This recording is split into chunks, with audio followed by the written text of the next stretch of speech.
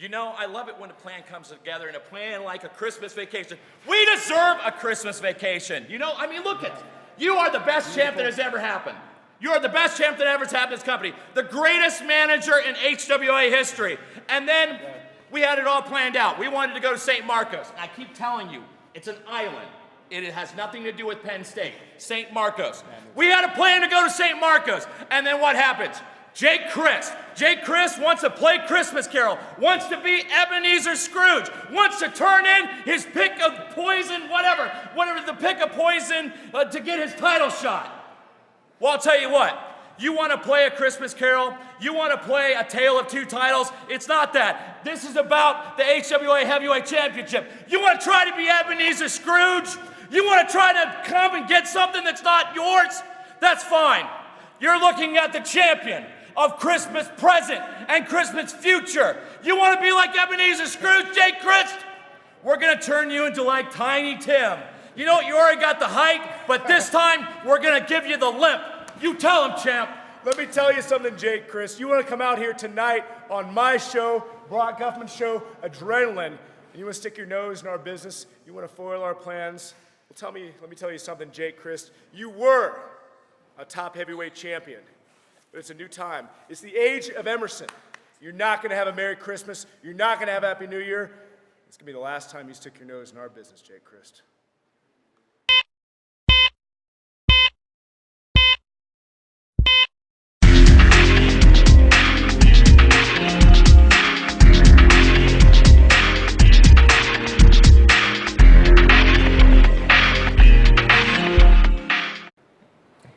I look at this poster, and it pretty much says it all. You got your ladders, you got your chairs, and I see the tables. Tables, ladders, and chairs. World War III, Ron Mathis, I finally get an opportunity. I finally get my retribution. But, as of late, you've been personally attacking some of my best friends. You've personally attacked my trainees. Do you think I'm going to forget about these things? Tables, ladders, and chairs. Those are all instruments of pain. Ron Mathis, I want you to think about all the pain you've caused my best friends and my trainees. And I want you to think long and hard about what I'm going to do to you. Because as I put you through a table, as I hit you with that chair, and as I shove the ladder down your throat, I want you to think about all the things you've done. You call yourself evil. Evil has a destiny. That destiny is to lose the HWA American Luchador title. That destiny is to lay at the feet of one Dave Christ. This isn't about me. This isn't about my friends. This isn't about the title. This is about me representing HWA. This is about HWA representing the biggest and best in professional wrestling. And not only the Miami Valley, but the state of Ohio. And I represent the OI4K. And with that, I want you to think long and hard, Ron Mathis. Come December 17th, tables, ladders, and chairs. It all ends. You know, everyone keeps coming up to me tonight and telling me that they've never seen such a vicious side of Nick Cutler. How they've never seen me destroy somebody like I did Dre. Well, you know what? I tried being Mr. Nice Guy. I tried earning the respect of all these people in the locker room and all those fans in the crowd. Hell, I was undefeated for 6 months. I beat all the top guys. Did it make any difference? No, it didn't. I kept on getting disrespected by the fans. I kept on getting disrespected by the wrestlers. I kept on getting disrespected by Remy Wilkins over and over, week after week, month after month. And you know what? You can only take so much before you snap. So from now on, I don't care about the respect of the fans. I don't care about the respect of the wrestlers. I don't care about Remy Wilkins. I care about me. And to quote our what chant Jesse Emerson? No more Mr. Nice Guy. You know, I sit here and I'm replaying things from tonight in my mind, and I just really can't wrap my head around, what's going on here. Guys tell me they respect me, that they looked up to me, that I'm a veteran. They looked up to me when they were trying to get into this business. Somebody that I was somebody that they inspired them, I guess. But yet tonight, Dustin Rays, you stick your nose in my business. You come out, you try to make a name for yourself at my expense, which is going to turn out to be one of the biggest mistakes you have ever made. Yeah, I might have won my championship rematch tonight by disqualification. That's like kissing your sister. Yeah, I walked out the winner, but I didn't walk out with my belt. You cost me my rematch in my rematch clause. Now I'm gonna have to fight my way back up the ladder, which I have no problem doing, because I can hang with anybody in this dressing room. I am an elite level athlete. But Dustin, you have made this personal, my friend. Biggest mistake you made, man. Biggest mistake you made. To the right, to the left, we will fight to the death, to the edge of the earth. It's a brand new world from the last to the first, to the right, to the left. World War III, December 17th. AW2 will be there in a 4-way tag for the Tag Team Championships. Who we got? We got DNA, we got Heat Seekers, we got Noble Bloods, who are the current Alright, I'll see you guys later. Hold on for a minute. Did I just hear you guys say DNA? Yeah, we're talking about World War III. World War III, mine. Is that December 4-way 17th? tag, 4-way December tag? 17th. Tag team times? Yep, You are familiar that we never lost our tag team straps, right? I heard something So about that. technically, we still are current HWA tag title champions, in my personal opinion. Well, maybe for now, till December 17th. Noble Bloods have the belts, brother. Well, it'll be a pleasure to work you. See you guys 17th. 17th? No problem, we'll be there. See you then. Besides Aaron Extreme there, we also have the Noble Bloods. We have the Heat Seekers, who we've already defeated. The thing is, we rolled you up there, buddy. Jeremy Madrix, 1, 2, 3. Nothing shady about that at all. It's going to be American Wrestling Warriors, Noble Bloods, DNA, and the Heat Seekers. It's no secret that I've already been to war. I know what it is. I've tasted the win of beating people. Caden Assad, you're an Iraqi. I've already won and beat that war. We're going to come through. We're going to be first time HWA Tag Team Champions. Dave Christ, the waiting is almost finally over. This thing between me and you, it goes back a lot farther than a lot of people might think. There's a lot more than what meets the eye. I remember being a green 3 months in, and you taking me in a ring in front of about 8 fans and beating me senseless. Some time goes by, I show up here in the HWA, and you're still giving me those same looks like I'm a nobody that you can just beat around. I kept winning matches here. I got more successful. Hell, I won the American Lucha Core title. And you still kept treating me like that same green kid. Dave Christ, I'm not that green kid anymore. But as long as you kept treating me like that, I was going to keep being perceived like that. So what I had to do, even though I'm the champion, I had to bring the fight to you.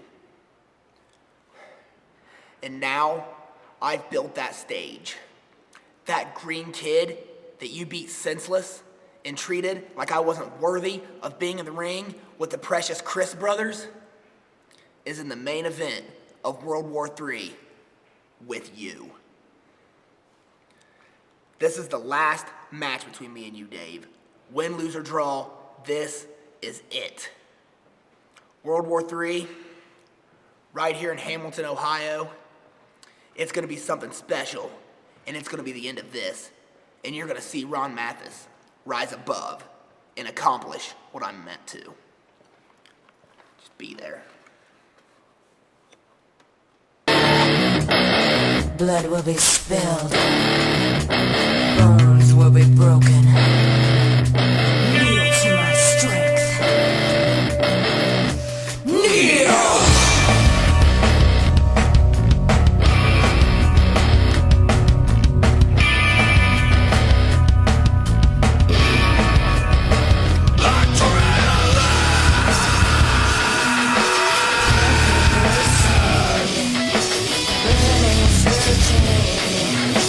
Can't you taste it? I can feel it in the air tonight.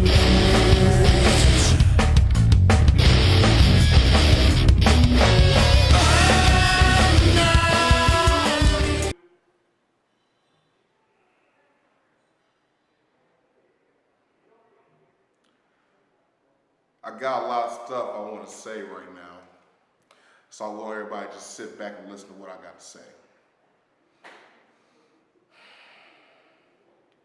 July 26, 2011,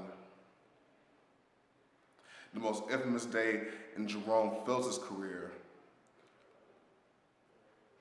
Let's just say before that day, if we look back at all the tapes, if you look back at all the shows that we had here during this past year, of all the people that I ran through, everybody on the HWA roster, in fact, I even heard someone in the crowd say, who in the hell can beat Jerome Phillips? He's beaten Sammy Callahan, he's beaten Drake Younger, Jake Chris, Dave Chris, all the way up and down the list. I've beaten everyone, but you know who I couldn't beat? A 67-year-old man in a Cadillac. Life changes just like that. Just in case you didn't see that, like that. No one on the HWA roster could stop me, but an old bastard in a Cadillac wants to T-bone me and my head go right through the windshield. So for 3 months, I had time to relax, time to contemplate. And with that, I came to one conclusion. This accident right here just pissed me off even more, and I've already been mad. I'm already there, and I'm even there more now. And you know what? It's so funny that people that you thought had your back when you are in the business, the boys that are supposed to have your back in the business, didn't even get to give two about me. They didn't even check up on me at all. But I did get comments about the madness, about how Chris Hall is the best big man in the area since Jerome Phillips had his unfortunate accident. How Chris the Madness Hall carries the HWA on his big bald-headed ass back. Well, if I'm mistaken, I've been doing that for years. But it seems that once one thing happens, people tend to forget about you. Well, guess what? It's time to make people remember who the Jerome Phillips really is. So I came back, started tearing through everybody again, as expected. Had a match last Saturday against that bastard, Chris the Madness Hall, the best big man in the area. We tore each other apart. Great Miami events there couldn't even hold us two in this same building. No one can even compare to the madness that we created together.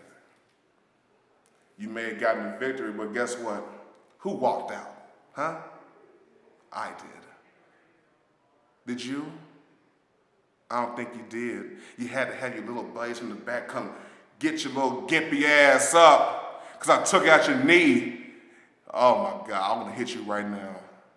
You make me so sick. I'm the last man standing.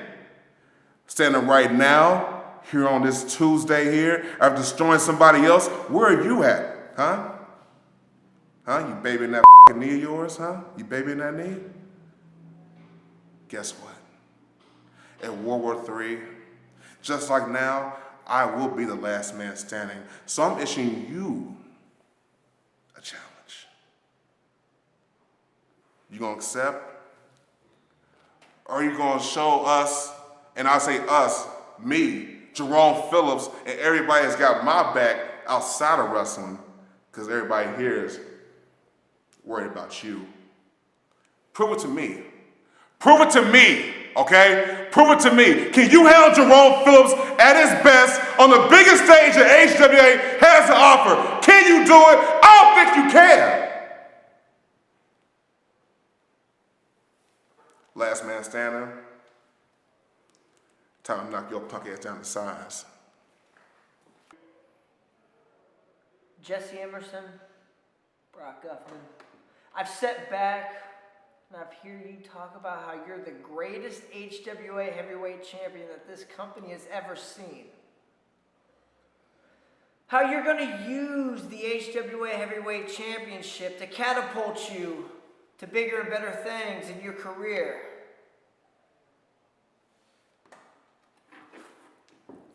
IPW World Heavyweight Champion. CZW Wire Television Champion. I'm still here. Jesse Emerson, as far as I'm concerned, when it comes to the HWA Heavyweight Championship, you're going to be just a footnote in the history of this company.